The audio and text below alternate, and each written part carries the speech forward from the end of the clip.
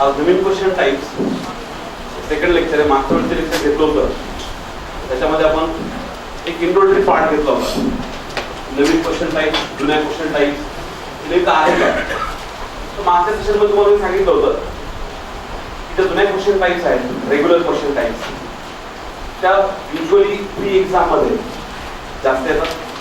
Men's exam मध्ये येणाऱ्या question type थोड्याशा चेंज झाला मागच्या SBI PO पासून. बरोबर आहे, तेव्हापासून सगळ्यांना ते धक्के बसले. सर्जिकल स्ट्राईक पहिली पुढे झाली SBI POच्या मेन्स मध्ये. त्यामध्ये सुद्धा काही मुलं सर्व्हाइव्ह झाले. IBPS POच्या मेन्स मध्ये पण काही मुलं सर्व्हाइव्ह झाले. The reason was they could read, त्यांना वाचलेलं कळायचं, पण क्वेश्चन टाइप्स कम्प्लिटली वेगळे होते. आता एक क्वेश्चन टाइप तरी कोणून घेतले, कॅट असेल, जीमॅट असेल, एनमॅट, स्नॅप, झॅट, ह्या ज्या एक्झाम्स आहेत ज्या मॅनेजमेंट एंट्रन्स लेवलला एक्झाम व्हायच्या, त्या एक्झाम मधले क्वेश्चन टाइप्स त्यांनी इकडे बॉरो केले आणि ते नवीन क्वेश्चन टाइप्स म्हणून आपला बँक मध्ये दिसत होता. पहिला जो आहे रीडिंग कॉम्प्रेन्शन पॅसेज आणि synonyms and antonyms based on passage. हे जे आहे ते जुन्या क्वेश्चन टाइप्स मध्ये पण आहे आणि नवीन क्वेश्चन टाइप्स मध्ये सुद्धा आहे. तुम्ही बघितलं regular question types mainly asked in pre test. त्यामध्ये रीडिंग कॉम्प्रेन्शन पॅसेज येतो अराउंड 10 ते 15 मार्क्सला. जर 30 मार्क्स क्वेश्चन असेल, पेपर असेल, त्यामध्ये हा 10 ला येतो. सिनोनिम्स सेंटर त्यामध्ये 2 ते 3 मार्क्स विचारतील. त्यानंतर क्लोज टेस्ट 5 ते 10 क्वेश्चन्स असतील. क्लोज टेस्ट व जितक्या लोकांचा भर होता मागच्या वेळेस, जास्तीत जास्त मुलं क्लोज टेस्टवर भर द्यायचे. हे 2 क्वेश्चन टाइप, एक क्लोज टेस्ट आणि दुसरी एरर करेक्शन. यामुळे भर द्यायचे मुलं. सिंपल लॉजिक होतं मुलांचं. क्लोज टेस्ट मध्ये जे पॅराग्राफच्या लाईन्स आहेत त्या किती असतील, एक अराउंड 8 ते 10 लाईन्स. 10 लाईन्स वाचायच्या आणि 10 प्रश्न सॉल्व्ह करायचे. 10 ब्लँक्स, बरोबर. किती मार्क्सला? 10 मार्क्सला. एरर करेक्शन मध्ये 10 वाक्य असायचे, 5 किंवा 10 वाक्य. एका वाक्याला किती मार्क? 1 मार्क. मग 90% मुलांचा जो असायचा तो क्लोज टेस्ट आणि एरर करेक्शन होता. रीडिंग कॉम्प्रेन्शन 10 मार्कला असेल, पण याच्याकडे कुणाचं लक्ष नसायचं. कशामुळे? कारण की त्यासाठी पुन्हा तुम्हाला 10 लाईन्सचे जवळजवळ 4 ते 5 पॅराग्राफ वाचायला लागायचे. त्यातले काही कळलं तर कळलं, नाही कळलं तर सोडून दिलं. याच्यामुळे बरेच मुलं रीडिंग कॉम्प्रेन्शन पॅसेज करत नव्हते. त्यातले सिनोनिम्स आणि अँटोनिम्स, त्याला लोक सिंटॉनिम्स आणि अँटोनिम्स पण म्हणतात, हे जे क्वेश्चन्स आहेत हे क्वेश्चन्स मुलं अंदाजे पण ते सॉल्व्ह करायचे. 4 आलेले आहेत, 4 पैकी 4 अटेम्प्ट करायचे फक्त. आणि फक्त 6 वर्डचा क्वेश्चन आहे. 5 वर्ड्स ऑप्शन मधले, 1 वर्ड प्रश्नामधला. पण प्रॉब्लेम असा की क्लोज टेस्ट आणि एरर करेक्शनचे क्वेश्चन्स हे मेन्स मध्ये त्यांनी टाकलेच नाही. काही रिसेंट एक्झाम्स मध्ये जसं की एसओच्या टेस्ट मध्ये हा प्रश्न नव्हता, क्लोज टेस्ट पण नव्हती आणि एरर करेक्शन पण नव्हतं. दोन्ही क्वेश्चन असल्यामुळे यावर ज्यांचा भर होता त्या मुलांना फटका बसला एक्झाम मध्ये. पॅराजंबलचा क्वेश्चन टाइप जो आहे सेंटेन्स रिअरेंजमेंटचा, हा क्वेश्चन पण प्री मध्ये होता आणि मेन्स दोन्ही एक्झाम मध्ये होता. तिथे खाली सेंटेन्स इम्प्रूव्हमेंट इकडच्या एक्झाम मध्ये पुन्हा चेंज होऊन आलं ते मेन्स मध्ये. Fill in the blanks, double fillers जे होते ते प्री मध्ये विचारले, मेन्स मध्ये विचारले नाही. मग ह्या साईडला ज्या मी क्वेश्चन टाइप दिल्या त्या सगळ्या क्वेश्चन टाइप आहेत मेनली प्री एक्झाम मध्ये विचारल्या जाणाऱ्या. पण आता पुढे येणाऱ्या ज्या एक्झाम्स आहेत त्यामध्ये काय होईल हे कुणी सांगू शकत नाही ह्या स्टेजला तरी. मे बी असं होऊ शकतं की प्रीच्या टेस्ट मध्येच मेन्सचे काही क्वेश्चन्स येतील, पण एक क्वेश्चन टाइप असा आहे तो कधीच बदलणार नाही. रीडिंग कॉम्प्रेन्शन पॅसेज कधी बदलणार नाहीये. पॅराजंबलची जी स्किल लागते ती कधी बदलणार नाहीये. एरर हे वेगवेगळ्या स्वरूपात येतील पण एरर येतीलच. मग ते इकडच्या साईडला बघितलं तुम्ही आता मेन क्वेश्चन्स मध्ये थीम कम्प्लिशन नावाचा क्वेश्चन असतो. आपले सगळे क्वेश्चन्स आज एक क्वेश्चन टाइप व्यवस्थित पाहायचं आहे की नेमका विचारला कसा जातो, त्यामधली लँग्वेज कशी असते, त्यामधलं लॉजिक नेमकं काय असतं हे आपल्याला नीट बघायचं. दुसरं थीम डिटेक्शन आहे, पॅसेज इन्फरन्स म्हणून. त्यात व्हरायटी वेगवेगळे येऊ शकतात, 2-3 व्हरायटी आहेत त्यामध्ये. विचारण्याची पद्धत चेंज होईल पण प्रश्न जो आहे तोच राहणार. पॅराजंबल मध्ये एक ऑड वन आउटचा क्वेश्चन आला होता दुसरा फिक्स सेंटेन्स, म्हणजे पहिलं सेंटेन्स किंवा शेवटचं सेंटेन्स फिक्स आणि बाकी शब्द. एरर डिटेक्शन आहे, 4 सेंटेन्स आलं. 4 सेंटेन्स आल्यामुळे प्रॉब्लेम काय झाला, इथे 10 वाक्यांना 10 मार्क्स, इथे 8 वाक्यांना 2 मार्क्स, 10 वाक्यांना फक्त 2 मार्क्स भेटले. इकडे सेंटेन्स इम्प्रुव्हमेंट मध्ये पुन्हा हायलाइटेड वर्ड्स आले होते, 3 पार्ट हायलाइट केले होते त्यांनी, इथे फक्त 1 पार्ट हायलाइट व्हायचा. पुन्हा हे काय झाला, लेंदी झाला. जसं की मागच्या सेशनमध्ये आपण बघितलं, त्यांनी क्वेश्चन्सचे नवीन टाकले, हे जास्त टाइम कन्झ्युमिंग बनवले.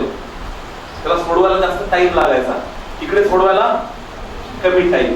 पण ज्याला वाचता येत नाही, ज्याला इंग्लिशचं अंडरस्टँडिंग नसतं, त्याला हे क्वेश्चन सोडवले काय आणि हे सोडवले काय, रिझल्ट तोच, कट ऑफ गेला. पण आपल्याला काय करायचं की हे सगळे क्वेश्चन टाईप पाहायच्यात. इकडे खाली फिल इन द ब्लँक्सची मॅक्सिमम नंबर ऑफ टाइम्सची क्वेश्चन टाईप आली, दुसरी डज नॉट फिटची, आणि इकडे इडियमवर एक क्वेश्चन आला होता. तुम्ही बघितलं एसओची एक्झाम जी होती त्यामध्ये एका ठिकाणी 5 क्वेश्चन आले होते इडियम्सचे, आणि दुसरं कंजंक्शन बेस्ड फिलर्स. ठीक आहे. आता रीडिंग स्किल बेस्ड क्वेश्चन. पहिला रीडिंग कॉम्प्रिहेन्शन पॅसेज 10 ते 20 क्वेश्चन. एसओ मध्ये 20 क्वेश्चन लावले, त्यामध्ये 6 ते 7 सिनोनिम्स आणि अँटोनिम्स होते. म्हणजे त्या पॅसेज मध्ये काही वर्ड्स बोल्ड केलेले, त्याच्या आधारित सिनोनिम्स आणि अँटोनिम्स. पुढचा होता थीम कंप्लीशन 5 क्वेश्चन, थीम डिटेक्शनचे पुन्हा 5 क्वेश्चन, पॅराग्राफचे 5 क्वेश्चन आणि पॅराग्राफ ऑड वन आउटचे 5 क्वेश्चन. मला सांगा आता हे जेवढे क्वेश्चन्स आहेत, यासाठी आपल्याला काय यायला पाहिजे, रीडिंग स्किल. पण ते रीडिंग स्किल पण कसं पाहिजे, is it traditional reading skill, म्हणजे अकॅडमिक रीडिंग तुम्ही जे करायचे लहानपणी, काय करायचे अकॅडमिक रीडिंग मध्ये, प्रत्येक वर्ड 2 टाईपने करायचे. बघा, जर इंग्लिशचा पेपर असेल तर इंग्लिशच्या पेपर मध्ये तुम्हाला आरसी पॅसेज असायचा, त्या आरसी पॅसेज मध्ये तुम्ही कुठला प्रकार करायचा तुम्हाला पण आठवतो, प्रश्नामधला वर्ड शोधायचा कुठे, पॅसेज मध्ये, आणि सापडला तर त्या आधीचे 2 वाक्य लिहायचे, त्याच्या नंतर 2 वाक्य लिहिले, 5 वाक्य लिहिले, तुम्हीच तपासा, तुम्हीच मार्क द्या, नका देऊ. तर लाजून तो 5 पैकी 2.5 मार्क द्यायचा. पण इथं चालतं का असं नाही. ती एक स्किल जी होती रीडिंगची, ती त्यांना जी टेस्ट करायची होती की याला रीडिंग कितपत येतं. त्यांचा मेन उद्देश रीडिंग कॉम्प्रिहेन्शन पॅसेजचा क्वेश्चन तयार करण्यामागचा हा होता की ह्या मुलाला, ह्या विद्यार्थ्याला ओव्हरऑल मिनिंग हा काढता आला पाहिजे. पण आपण ते केलं का नाही, आपण त्यात शॉर्टकट शोधले, आणि ते शॉर्टकट आपल्याला शोधायला लावले आपल्या टीचर लोकांनी. आपण काही मनानं शोधले आणि काहीतरी करून तो प्रश्न सोडवायचा, तर तो ऑब्जेक्टिव्ह होता, सब्जेक्टिव्ह क्वेश्चन होता. इथे सगळे कुठले येतात, ऑब्जेक्टिव्ह क्वेश्चन. आता हे जे थीम कंप्लीशन आणि थीम डिटेक्शन आहे, याला तुम्हाला पूर्ण पॅराग्राफची थीम समजून घ्यावी लागते. आता थीम समजण्यासाठी कुठली रीडिंग स्किल लागते बघा. रीडिंग स्किलचे 3 प्रकार आहेत मेजर. एक आहे डिटेल रीडिंग, दुसरा आहे स्किमिंग, आणि तिसरा आहे स्कॅनिंग. हा प्रकार तुम्ही आरसी पासून खूप वापरायचे. स्कॅनिंग म्हणजे एखादा स्पेसिफिक वर्ड तुम्हाला पूर्ण पॅराग्राफ मध्ये पाहिजे, शोधायचा आहे, तुम्ही फक्त त्या वर्ड साठी शोधता, तुम्ही पूर्ण पॅराग्राफ वाचता. स्कॅनिंग त्याला म्हणतात की फक्त एखाद्या स्पेसिफिक वर्ड साठी पूर्ण पॅराग्राफ ओव्हरऑल त्याला आपण लुक करणे आणि त्यामध्ये तो वर्ड डिटेक्ट करणे, स्कॅनिंग झालं. डिटेल्ड रीडिंग तुम्ही करायचे तुमच्या अकॅडमिक सब्जेक्ट साठी. जे सायन्सचे मुलं आहेत त्यांना माहिती आहे, आर्ट्सच्या मुलांना स्किमिंग हा प्रकार फार चांगला जमायचा, काही तुमच्या मुलांना सायन्स मुलांना हा प्रकार चांगला जमायचा. म्हणजे ते प्रत्येक वर्ड टू वर्ड व्यवस्थित वाचायचे, कारण की त्यावेळेस एखाद्या कन्सेप्टची व्याख्या पूर्णतः डेफिनेशन वाचून व्यवस्थित समजून घेणे आवश्यक होतं, म्हणून तुम्ही डिटेल रीडिंग करायचे. पण आता तुम्हाला करावं लागते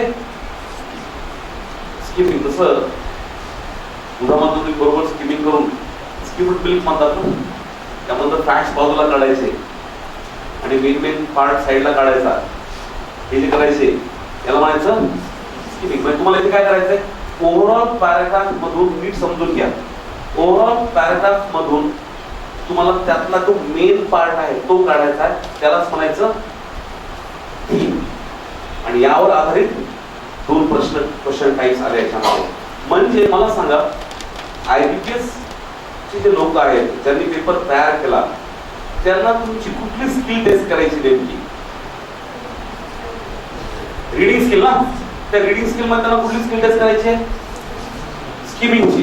काही ठिकाणी स्कॅनिंग, काही ठिकाणी डिटेल रीडिंग. आता काय असे प्रश्न काही आहेत त्याच्यामध्ये तुम्हाला डिटेल रीडिंग करावंच लागतं. जसं की पॅराग्राफचा क्वेश्चन आहे, यामध्ये तुम्ही स्किमिंग करू शकता का? नाही. इथे तुम्हाला वर्ड टू वर्ड नीट वाचून समजून घ्यावं लागेल. त्यासाठी तुमच्या रीडिंगची स्पीड वाढली पाहिजे, प्रश्न लवकरात लवकर सॉल्व्ह करण्यासाठी. पण काय होतं, आपण एखाद्या पॅराग्राफची लेंथ पाहतो. सगळ्यात जास्त असं मी पाहिलंय मुलांचं की ते डिटरमाइन जे करतात, हा प्रश्न सोडवायचा का नाही सोडवायचा, हे पॅराग्राफच्या लेंथवर डिटरमाइन करतात. की मला पॅराग्राफ छोटा असेल तर मी हा सॉल्व्ह करणार, लांब असेल तर सॉल्व्ह करणार नाही. ह्या ज्या ऍटिट्यूडनं जेव्हा तुम्ही एक्झामला जाता आणि पॅसेज सॉल्व्ह जेव्हा समोर येतो आणि तो सॉल्व्ह करायचा असतो, लेंथ वाढली की तुम्ही त्याला घाबरता आणि तो प्रश्न सोडून देता. इथे पर्यायच नाही ना. ज्या एक्झाम झाल्यामध्ये यामध्ये असे प्रश्न आले, सगळे रीडिंग बेस्ड प्रश्न आले की मुलांनी ते प्रश्न पेपर अवघड आला. कशामुळे अवघड आला? आणि आपल्याला रीडिंग करता येत नाही, वाचलं कळत नाही. बरं, नॉर्मल नॉव्हेल वाचणं वेगळं आणि ही भाषा वाचणं वेगळं. ही भाषा हायर लेवलची असते, पुस्तकी भाषा असते, फॉर्मल भाषा असते. यामध्ये शब्दांची लेवल पण जास्त, वाक्याची लेंथ पण जास्त असते. That was the basic problem student face during the examination. असे प्रश्न सॉल्व्ह करण्यासाठी या 3 स्किल आहेत. त्या 3 स्किलवर आपल्याला हे प्रश्न सॉल्व्ह करायचे. तर ही मेजर स्किल आहे स्किमिंग. पहिला प्रश्न.